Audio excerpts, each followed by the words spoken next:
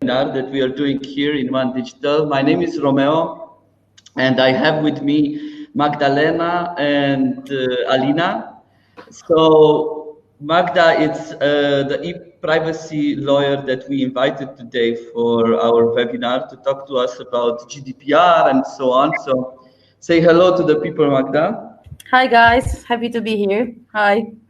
Hi. And we have also Alina from our team who is coordinating all the technical and all the organizational stuff. So she will help us with you guys having the questions and so on.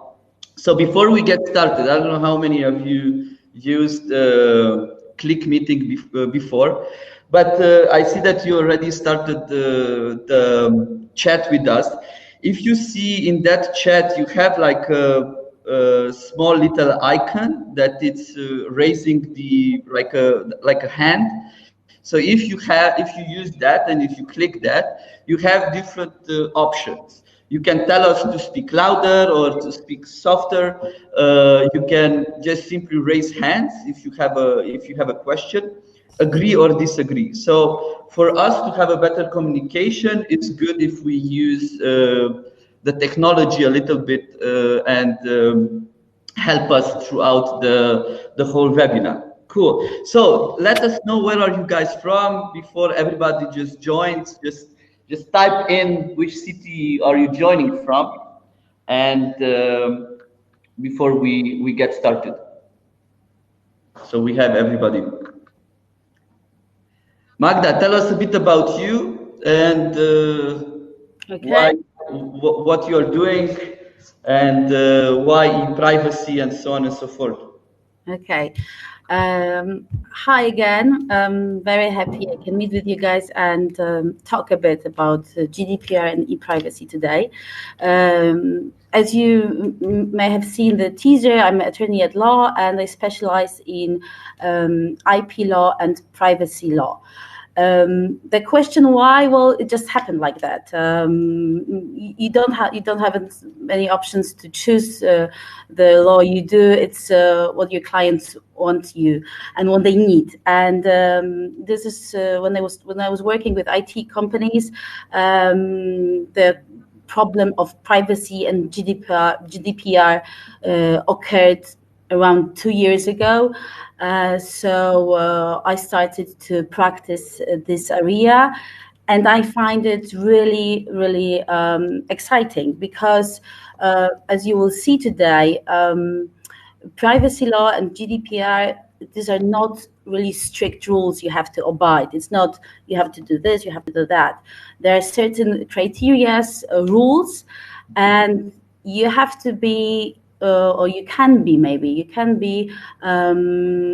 smart about that. And this is what I want you today to get from this webinar: how to look at privacy law from perspective of business. So not from lawyer way, how to put provisions into frames, but how to do your business and be safe with that. That's what I try to do. Yeah. Cool. The thing is that I'm doing marketing for some time now, and I remember last year when I was working in a SaaS business as a CMO, and we were all super scared about this GDPR. So I said, okay, let's put all things aside, get Magda on the table, and let's put a bunch of questions. It's what is good, what is not good in what we do. So we are more confident, because the biggest problem that we have is that we don't have this confidence. We don't really know if it's okay what we do or not. There are some people who don't care. There are some people who will just yeah. So let's get into it, Magda. Guys, in the meanwhile, anytime you have questions, put it in the chat, and then we can take it from there. Cool. Okay, let's just give me a sec, and cool. We can see your screen. I will just find this. Yes. Okay, can you see the slides properly now? Yeah. Okay, great. Okay, as Romeo said, well, this webinar is for you guys. So I prepared slides.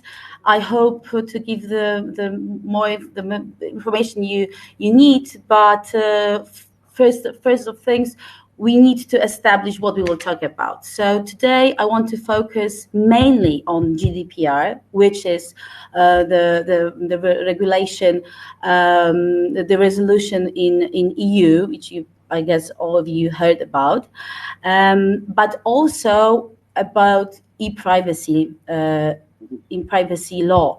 Currently, we don't have e-privacy resolution, which is the same for all member states in EU as it is with GDPR.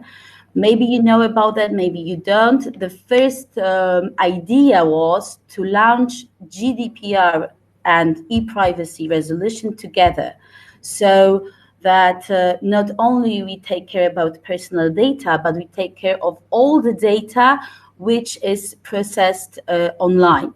It didn't work out, so maybe it's good because the shock would be too great. So now we have GDPR as one resolution, the same for all the member states, and we have e-privacy as a directive, which means every member state has implemented local law.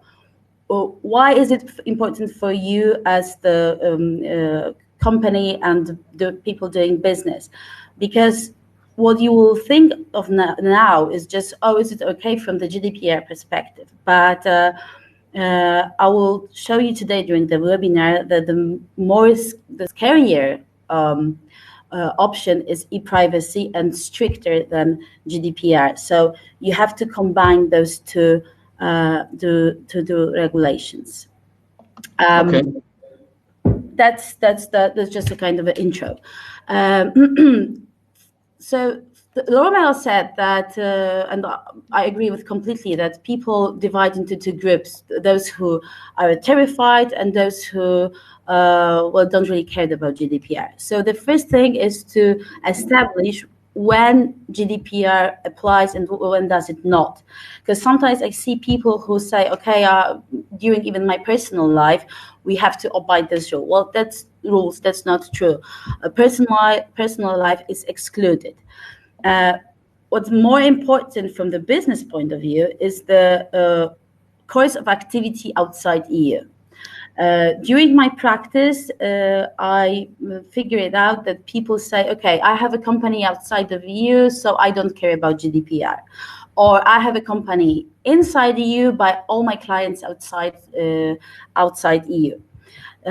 This is a wrong attitude. The course of activity outside of EU means that you don't have a company based in EU. You don't have any branches. What is more, you don't have any clients from EU, and you don't even offer services of goods to your client, to any clients of the EU. So you don't have any potential clients. So as you can see, the first test whether GDPR applies to your company is pretty wide, and most probably the answer will be yes.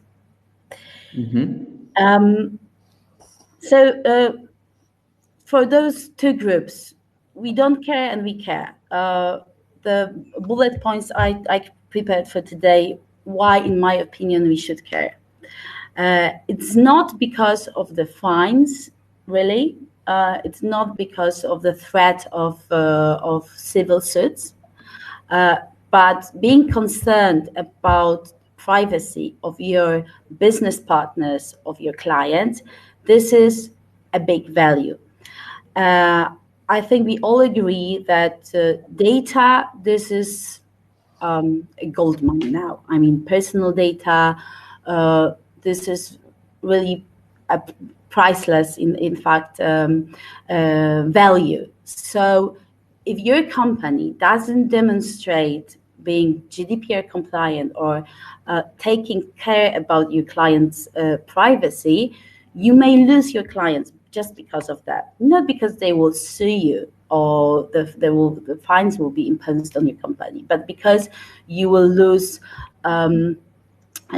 your brand in this way. So that's why, for me, being GDPR compliant is kind of a new black. It's like being eco-friendly or thinking about our world and so on and so forth. It's the same without being GDPR compliant. So if you look as taking care of this area of the company from this perspective, it may overturn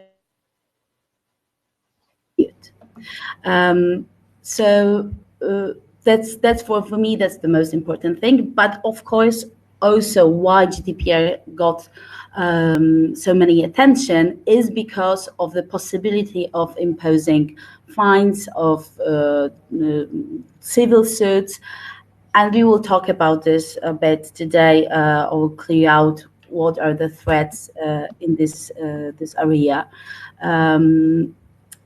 So yes, so that's for those who don't want to care. Magda, yes, we have a first question. Okay.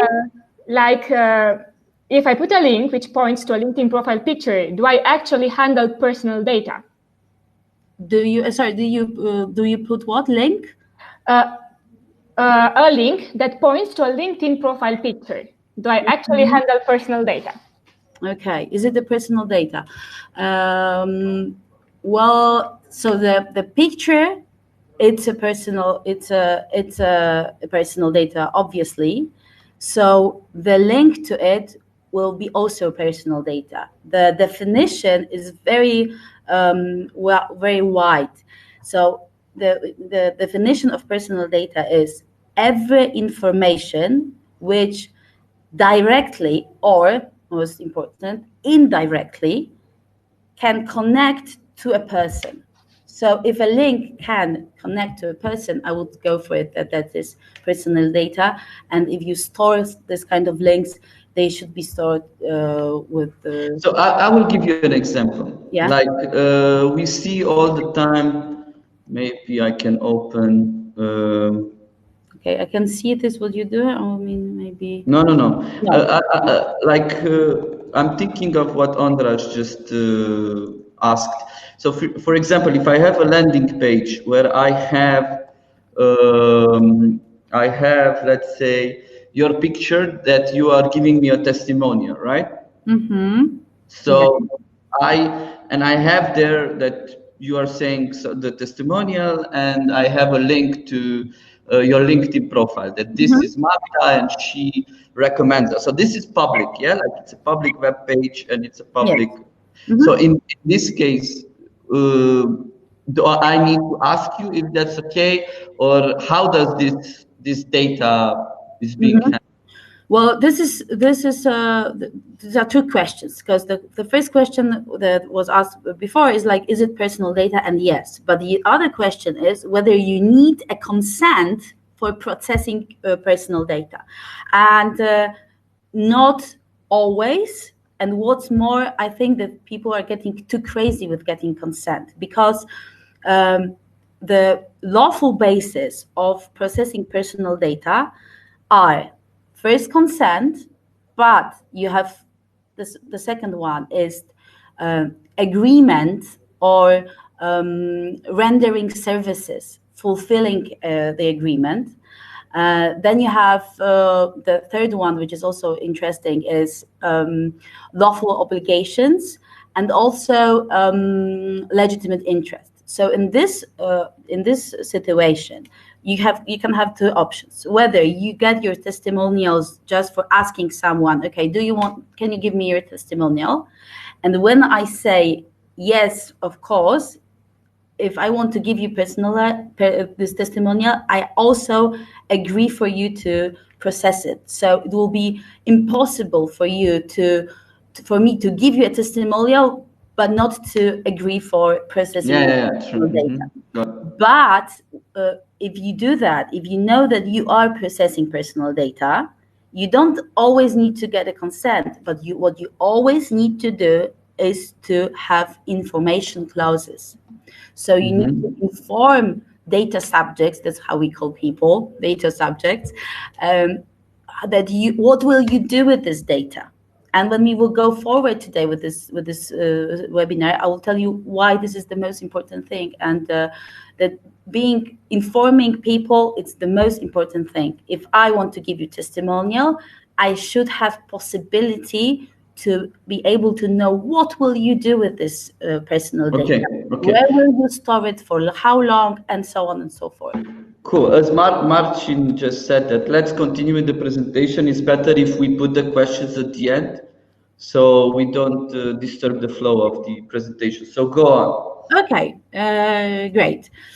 So why not being terrified? As I told you, GDPR for me, it's a value. So it's not like GDPR seizes the business or stops you from doing anything, in my opinion. It just wants you, the GDPR wants people to start to think about privacy, to think over processes that are in your company, whether you really need the data, whether you process them with security, do you have policies for that? So GDPR is for your benefit, it's not against you. So there are no strict provisions. You should go, there are criteria, which is good to understand and then to implement to your business. GDPR says, think of your business. Every business is unique. So we can't tell you that everyone should implement GDPR in the same way. No way. If you have the same option, sorry for that. This is something that's popping. So this is wrong attitude. And remember, it's not that you don't have. Sorry. Remember, it's not like that you can't call your colleagues anymore at work, or you can't send emails, because I've heard so many absurds that people are afraid to say, I don't know, hi Magda. They are afraid to say it, or to put their names on the board, for example, in a company. That's absurd, and we will talk about later why. So this is also kind of a sum up with that. So with biggest myths that there are, as I said, using coworkers' names, that you always need a consent for processing personal data. There's also there is an opinion. I will give you links after that, after our webinar to that. There is opinion that if you obtain too many consents which are unnecessary, it's also being GDPR incompliant. So you have to think, what is a lawful basis of your processing? Not always get off, I don't know, so in case I will get the consent. That's also not a good attitude. This is something I think it will be interesting for you, and we will talk about it more specifically, that you can't send emails without prior consent. Under GDPR, nothing really has changed in the scenario of sending emails.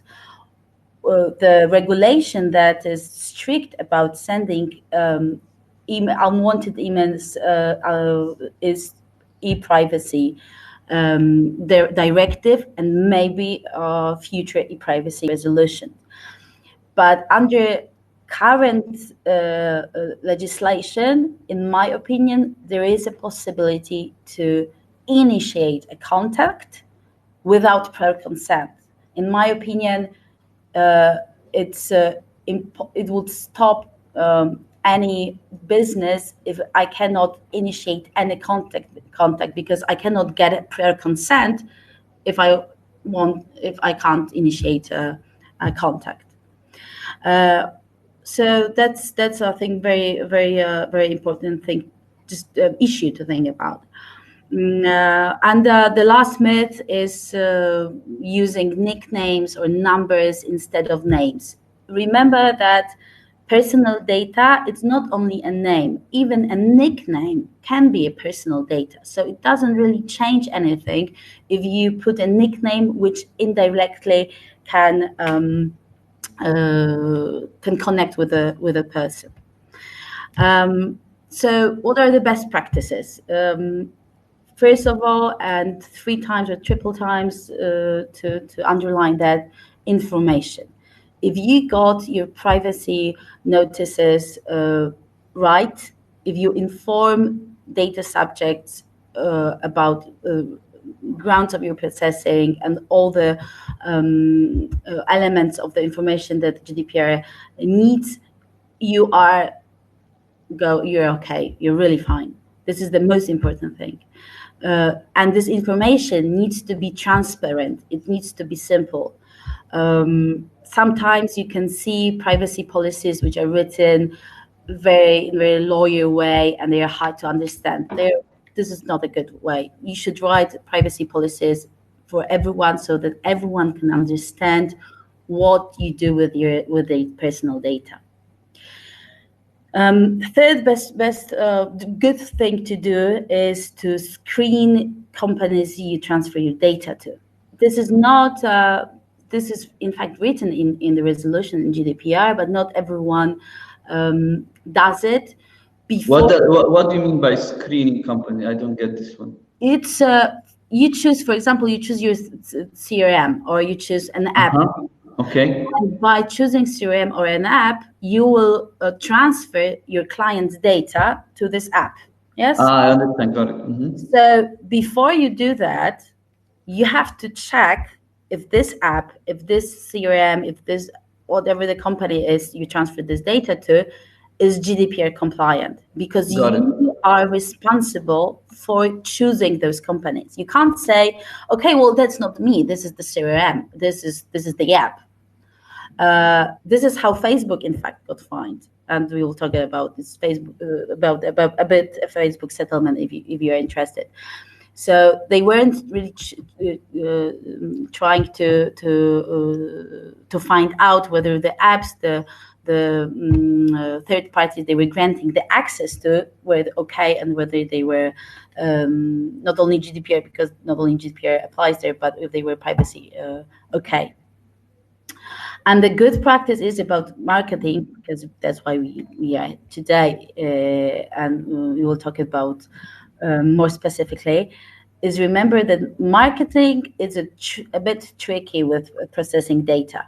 So it's good to know whether you need a consent or you can use a different lawful basis for marketing as its legitimate interest, and why. Okay.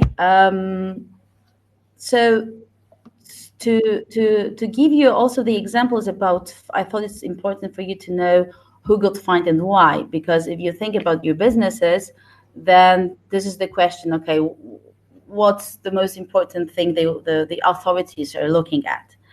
And you have it here and you have it here. To sum up it is that the lack of information, this is the biggest issue. Lack of information or unclear privacy policy, unclear consent, lack of clear consent. This is something that got the biggest firms to be fined. And also, a Polish company has been fined because they failed to inform data subjects, so people who they were gathering their personal data, about the fact that they do that. This example may be for you interesting, because this company was gathering public data, which was in a court registry, and they were gathering that, and then they were because of that they were approaching those businesses, so they were doing direct marketing. And they didn't got fined because of direct marketing. They got fined because they skipped informing people who are in the database that they got the information.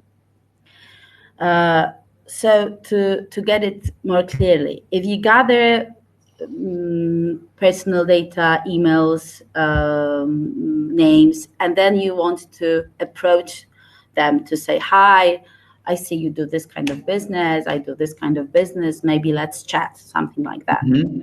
So the problem here was not the communication, but the problem was that they were gathering so many information, so many personal data, that they weren't approaching everyone, and they approached only those who got emails.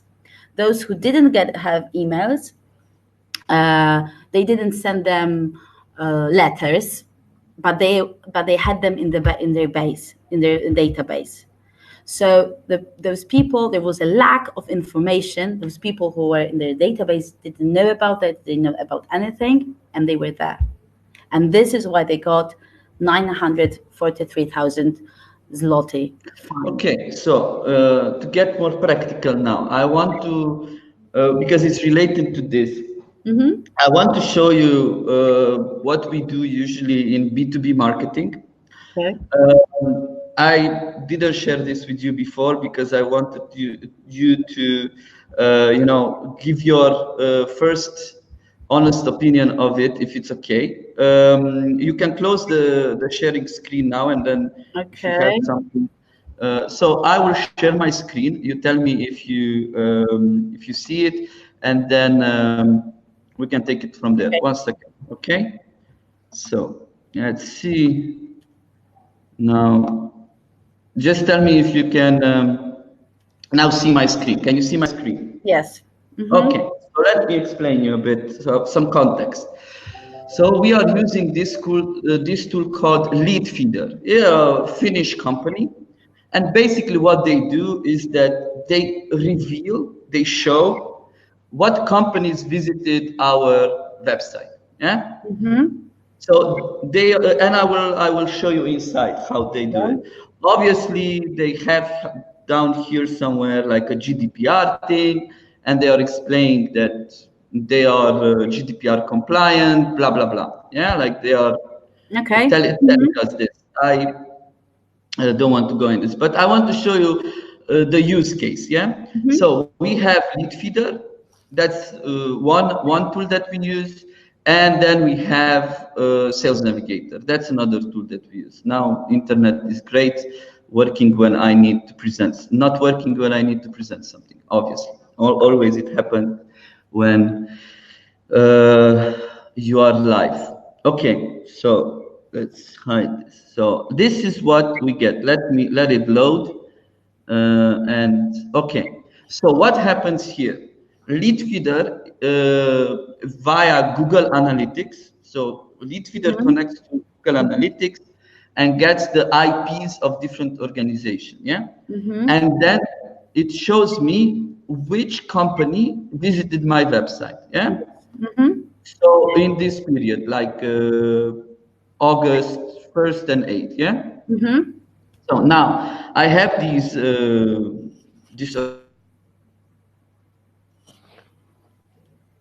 Something like that. Yeah, we are missing you. Okay. I think Romeo has some Technical issues. Yes.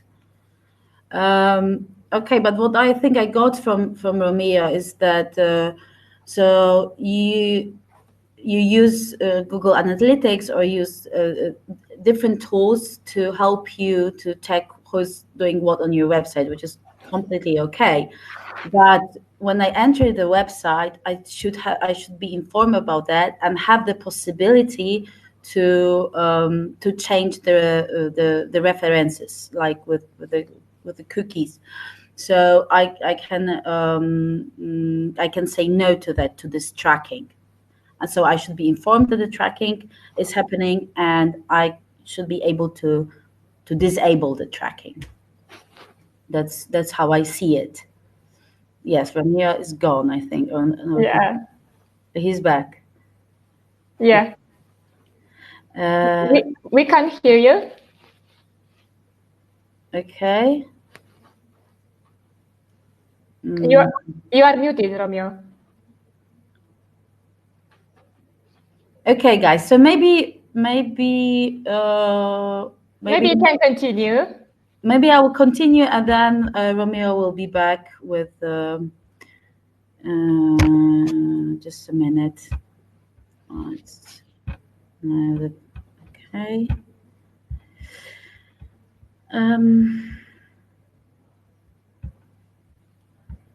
Yes, it's here. Okay. Okay. So the thing about the fines, as you can see, this is what I want you to get from it. That this information is that important. It's really important to think about that. These are the main issues, and a part of the information. I think that doing business GDPR compliant, you need to remember about also retention. So how long you will store the data, how long you will need it. Danish company got fined because of that, because they retention policy was unclear. Also, if your company, well, this is not maybe so connected with marketing, because if you do profiling means that you search for personal data, and you personalize, for example, the advertisement for that. So profiling in advertisement, in marketing, but it's not like it's very important that you need a consent for profiling. And also under Polish regulation, e-privacy regulation, you need this consent due to this regulation. So if your company is selling anything to the customers, because this will be more for consumers, then, and you want to add ads that will be profiled, you need to gather a consent. Okay, this is the issue I in fact I wanted to focus today, if that's what you're interested in. So around direct marketing. So there's a lot of hash about that and different approaches. I know that there's also a very strict approach which says direct marketing is completely illegal. I would say yes, but only in B2C. So if there are any lawyers who are listening to that, I know they say now, no, that's not true, but let me finish. So if you have customers who are consumers, so they're not doing business, so you're selling shoes, apples, something like that, and you will try to approach them without their prior consent, Polish authorities will fine you. You will get a fine for that, and they will say it is illegal. However, if you do B2B business and you are initiating new business relations, the whole trick is how you will initiate these relations, whether it will be treated as an offer, this first email, for example, or not. So in my opinion, the direct marketing in B2B is more likely to happen, and it's kind of a more gray area. So that's the attitude. However, as I say, if you go strictly with the e-privacy law, no direct marketing can be treated as a completely 100% okay, and it's a bit tricky. Under GDPR, in my opinion, there is no problem with that. The e-privacy law is a problem.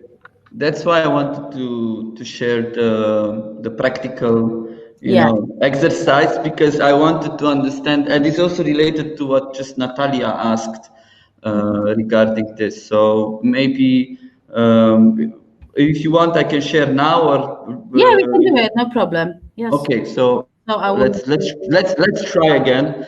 Obviously, it will it will not work because, yeah, why it should work. I'm sharing it. It works when I am not live, but it doesn't when I am live, of course. So I have the leads here. You can see my screen and hear me well. Everything is fine, correct? Sorry? Can you hear me and see the screen? Yes, I can hear you. It's fine. Okay, great.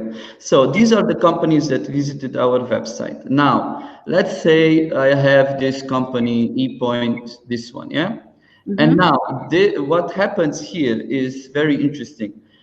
This tool connects to LinkedIn Sales Navigator. Okay, so in LinkedIn. So if I go here in this thingy, now I can basically LinkedIn will search for a company that is matched to this. Yeah. And I can match this particular company, let's say, and now I have a particular person. It tells me, okay, this is a guy who you have first connection. In this case, it's first connection, but you could also find some other people.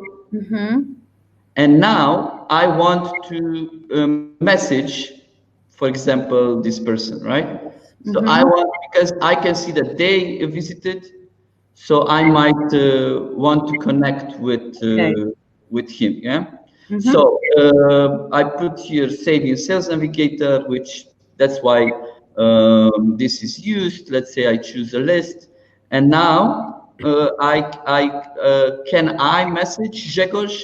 In this case, hey, I saw that you guys, I don't know, somebody in your company checked the organization, blah blah blah, and then start a conversation. How does this type of communication sound when we are talking about GDPR? Because he doesn't give me the consent, but I am sending a message in LinkedIn, and I pay for this message. I pay LinkedIn basically a subscription to send these messages at the end of the day, right? So I go here and I would say, okay, now I message him, and this is all public, let's say. Yeah? Like LinkedIn is giving me this data. I didn't. But you message him via LinkedIn, or you message via him? LinkedIn. Via LinkedIn. Okay. So from my perspective, if you message him via LinkedIn, that's completely okay. And you don't need a consent. Why?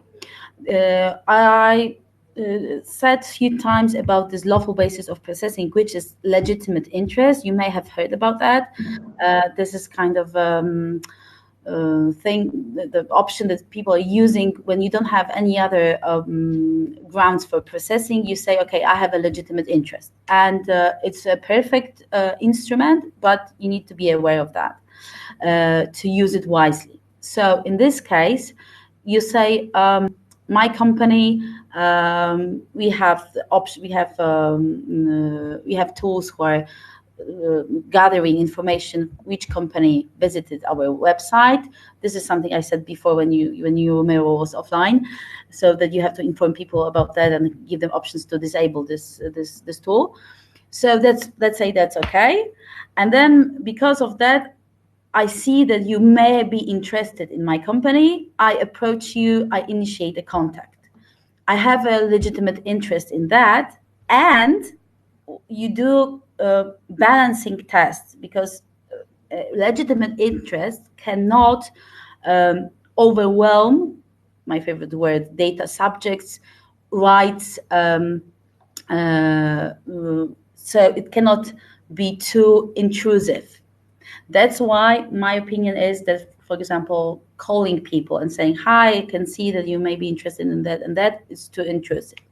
But LinkedIn, if I'm in LinkedIn, I agree, and I am aware of that this is a platform for business to connect.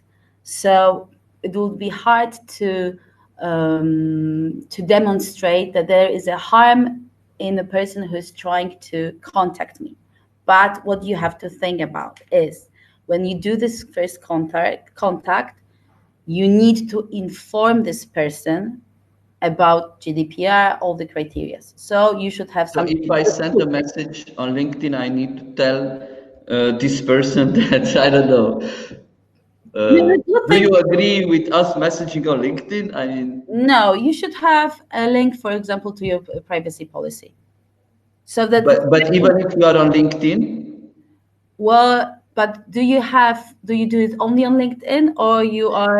in this case, let's say it's only LinkedIn, right? Like, if it's only on LinkedIn, then for me it's okay. You don't have to inform about anything. But if you gather some data from the website and you have it in LinkedIn, but you also have their email and you have it somewhere in your database, then you should inform this person about processing. If it's going on only on LinkedIn, privacy policy of LinkedIn applies. Okay, and then this takes me to next question, because in some cases it might happen that, okay, I start to message on LinkedIn, but I don't see any response. So then I want to go to a different channel, right? So I might get, if you connect with anyone in LinkedIn, you might get also the email address, right? Yes. So there are two use cases. So I could get because we are first connection. So I send the connection, they accept the connection, and then I get the email address because LinkedIn shares that if you are first connection, right? And then I take this email and I email him. Hey, Marcin. Hey, Natalia. I saw we connect. We have similar businesses. Maybe we should talk. Yeah? So in this case, can I do it? Do I need to put the link of the privacy policy? It's my Gmail, right? I'm not using any automation tool. I'm just sending you from my Gmail to his business email address. Okay. If you're not, if that's only what you do, so you just send an email and the email will be in your inbox, and that's completely that. And you will not do anything with this. Maybe it will be okay just to send an email and that's it. But if you do any other processes with this data, then you need privacy policy for that. In the case you said, it's pretty safe because the person, in fact, gave you prior consent for that by accepting your invitation. So if I accept someone's invitation, I should be aware of that they can contact me. Okay, but I publicly give my email to that. That's also, I do it voluntary. So I guess I agree for that. okay, because a lot of people, what happens in the industry is that we find some lists, right? Doesn't matter how. So there are some lists that people can get from LinkedIn, whatever, but they are not first connection. So they are only second connection, and then they start to email. Like a lot of software houses, I know that. They also do some kind of email outreach, right? So you also even have tools and businesses that are built on top of this, like Woodpecker, for example. Right? So I gather the list, but I email and I say the same things, yeah. But I didn't get the consent to email these people. So that's what you have to do then. You need in your footage, you need a clause, information clause. What are the legal grounds of processing? So you put the legitimate interest there, and you have a link to your privacy policy, which tells the person, the data subject, everything what you will do with this data. So whether you use any tools, what kind of tools, tools are GDPR. But no, but I'm sending an email. Don't get me wrong. So I'm sending an email to you. We didn't meet. You're you're sending it because you got my email from some kind of from a tool, for example. Yes. Exactly. Yes. So that's when you're sending this email, you have to do. You need the information clause and you need your privacy policy for that. In the signature, down. In the signature, the information clause can be 1 or 1.5 sentence, and then you can have a link. If you want to know more about the privacy, just go here and then a link. Okay, I get it. So, and this is what makes you safe, because you fulfill the obligation of information, which is one of the most important thing. And the person can answer for that, like asking you, well, where do you have my data from? Or how come you have my email? And then you should be always able to say, I have your email because your email was on website da-da-dum, da-da-dum. What I always recommend is choosing these tools which enable you to get to the source, because there are different tools, and some of the tools they don't have this option, and then you have a problem because you cannot point where really from was data taken. Okay, got it. Thank you very much for this. Okay, so I don't know if there are more questions, guys. I don't know. Natalia, let us know if. Maybe if you have some questions with direct marketing, we can go about that now, or I can go to my presentation and then at the end. Yeah, we have like 15 more minutes, and so balance maybe I will go to my presentation and do it like quickly to the end, and then let's have the rest of the time for questions. Yeah. If there will be no time for questions, I'm writing them down, making print screens, and I make sure that I'll do a follow-up on that. So okay, yeah, you have the answers. Okay, cool. So now the screen. But Natalia, let us know if your answer was answered while we were discussing, or it needs some more data. Cool, thanks. Okay. So a few more words to this direct marketing topic. Remember that the most important, one of the most important information in the clause you should have in your footage is that this data subject has the right to object. So the whole point of this legitimate interest is that under GDPR, you don't always need a consent. So you say, okay, I don't have your consent to process your data, but I have a legitimate interest. And okay, but me as a person who you approached, I can always say, I object to that. I don't want you to process my personal data. And if anyone does that, you need to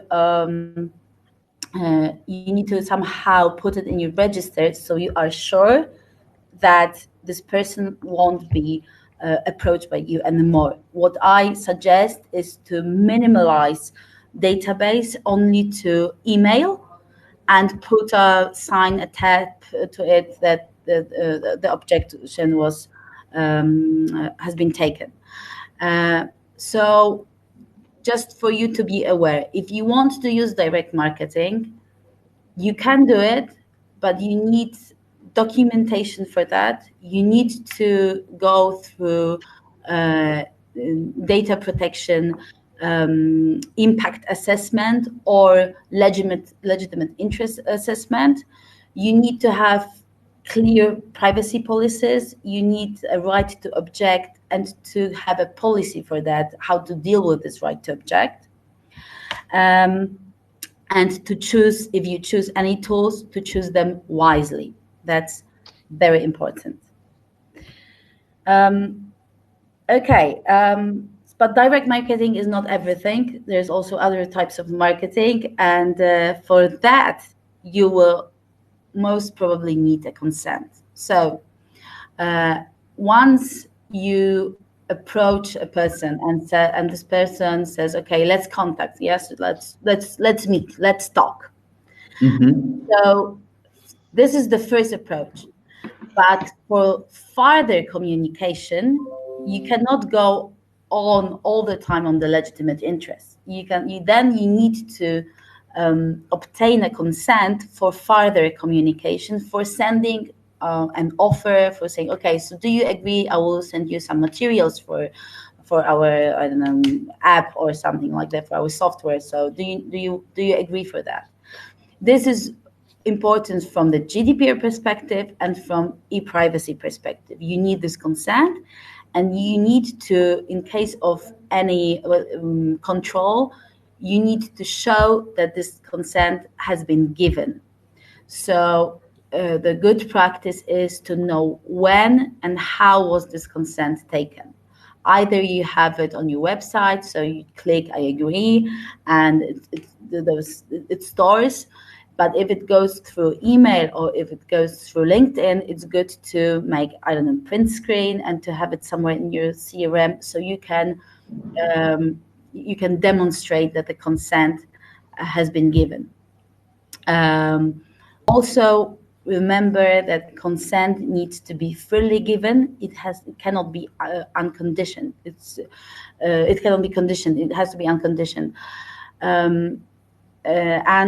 Sometimes you can think, well, how can I ask for consent whether I want to render services? So this is what I talked about at the very beginning. Not always consent is the right way to go. Sometimes you need a consent. Sometimes the legal basis for processing will be your agreement. So if I want to buy software, you don't need my agreement for my personal data, which is necessary for this software to run. But if you want to send me some other marketing materials, you need my consent for that. Remember that the right to withdraw consent must be as easy as to give. This is also this was also a question in one of the proceedings that got the company got fined after all. So that giving consent was easy, but to withdraw that was sending by post a letter. So it should be the same way. This is when you create your website, you create your app. It's important to think about that. Okay, so in fact we are going to the end of today's webinar, my slides, and I told you I will prepare you a checklist. Don't worry, that's not this. It's not that. These are just the most important rules that are under GDPR, and I want you just to be aware that they exist. So if you want to be GDPR compliant, you need to be transparent. You need to limit the processing to the purpose of the processing. So in the plain language, if I need, for example, if I need to contact you, email will be enough. I don't need, for example, your home address. That will be not necessary in some options, and some options not. Data minimization. So this is in fact that accuracy, storage limitation, integrity, confidentiality, and accountability. These are the gold rules of GDPR. If you get into them, if you understand them, then you can easily answer all your questions. You will find attached a PDF which will help you to discover whether your company is GDPR compliant. This is something I create for you. I hope it will be useful. In this PDF, the first test is whether GDPR applies. I talked about this at the very beginning. You will have the documentation checklist, so you can check what documents your company has, whether they are necessary, they're not necessary, and you combine it with the category of data you process. You will find their information obligations, so whether you fulfilled or not. You will be asked about your processing structure, about retention period, about goals of processing, and third parties that are involved in your business. And I hope that answering those questions, it won't give you just answer, yes, we are GDPR okay, we are not GDPR okay, but I hope it will give you more awareness about the topics that are important to think about, and whether you're fine, whether you thought through the options that are given there, or maybe you need some advice or just to check whether you are okay or not. So these are some useful links. I think you will have this webinar there. the information, more information if you're interested more in this topic about direct marketing, about consent, about legitimate interest. These links are to, in fact, UK authorities, Polish authorities, some interesting materials I found out while creating this webinar. And if you have any questions around that, you can always find me here. So do we have your consent to email you? Well, you don't need my consent because I Okay. freely and voluntarily give you this email just for you to contact me. So that's why you don't need my consent for that. I see. Okay. Thank you. I think we have 5 more minutes or less. 4. There was here some question, so maybe we can do that. If Natalia, you had the question. If you want me to turn the mic on, you can just I can turn it on, and you can put the question on. Any of you, just raise your hand. So the question is, okay. So she said, Natalia said that she's collecting data from the widely available data sources, like things like company websites, press, LinkedIn, etc. But I will do that for a month before those people are contacted in any way. Is that okay?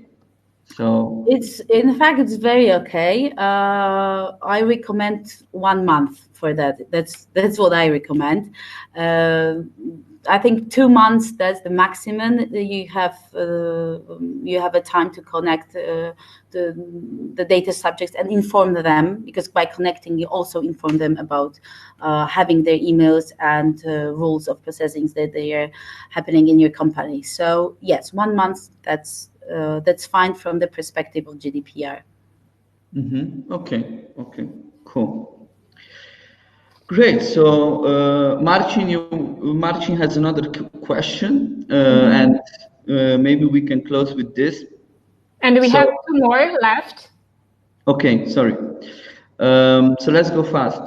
Almost all companies have structured email. It happens that the structure is public. So you know that is name.surname@company.com. Yeah, you know that Tom Smith works in X company, so you reach him with tom.smith@company.com. Is that fine to do? Yes, it's in my opinion, it's fine to do unless you have a footage with information clause and the link. But you can do it. You can search for people. You can connect data together, and you can tell them, "I want to contact you. I want to initiate contact." They can always object to that. So that's their right. So the idea is that I can send to Tom a first initial email, and if he is not objecting to it, let's say, then we can continue the conversation. That's what I understand from this. Yes, but also I recommend not to send let's call it cold emails too many. For me, 3 it's maximum, because then you overstep those legitimate interests. You're getting to be more intrusive, and okay, got it. so if you send, for example, every day 5 emails, you don't have legitimate interest. Your balancing test is failed. So this is what you have to remember. I can do it because I say I want to contact you, but if I get too intrusive, too aggressive, the balancing test is failed and it won't be GDPR compliant. That's what you do before implementing legitimate interest as a lawful basis in a company.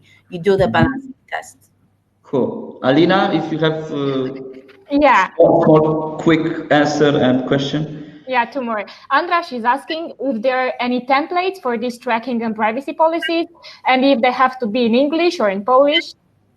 Are there any templates where you can use privacy policies from different companies, but you always need to adjust to your processing, because every company is different. So you will have different retention period, you will have different attitudes. So you can use it, but always adjust. And the second question was regarding the language. So if you have a German client, no, it doesn't matter. It needs to be a language that is understandable for your clients. So if you have English clients, or you go international, do it in English. But if you have only Polish clients or Romanian or you don't need to have it in English. So no, the language is up to you, in fact.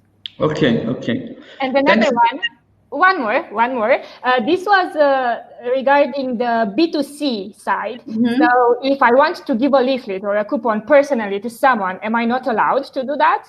Well, if you give it in person, this person can say, like, I don't want to. So you won't give it to them. You won't force them. So that's if you receive it in the post, someone puts it there. This is treated as not incompliant. Yeah. Okay. Yeah. Cool. So thanks, guys, for the webinar. As I always say, sometimes actually GDPR is good for us, especially for marketers, because we need to, before we reach out, we need to create value, and we create value by doing content, right? Like doing something that can help those clients. Like we do blog posts, ebooks, these type of webinars. Like we don't reach out to you. You came to us that yes, you want to connect with Man Digital. You gave the consent that you want to do that. So first you need to think like, okay, whatever. We don't. We will just be super compliant. But before anything happens, we bring value. So that's, I think, if we just do that, then I'm sure that our businesses will thrive, and we will not have this kind of issues with GDPR and so on and so forth. So you will get the recording of this whole webinar. If you go on our Facebook page, it's already there. So because we live stream it, so if you cannot wait to see it, just go there and you have the video. It's already done. Then I will upload it into YouTube. You will get few follow-up emails, which you guys give us consent, so we can do that till you unsubscribe. Hopefully you will not, because we bring a lot of value to you. And on 22nd of August, very important, we have our next webinar. Maybe Alina, you can just drop the link, or we can send it later to you. We will talk about how to enter the French market. We invited some great people from actually an NGO that is part of the Ministry of Economy in France, and they are working in this French for Dev organization, which is trying to help different international entrepreneurs to enter the French market, especially in the tech space. So 22nd of August at 12:30, that's our next value to give to you. So thanks a lot, and hope to see you soon. If you have any feedback for the future, let me know. Bye. Bye. Cheers. Bye-bye.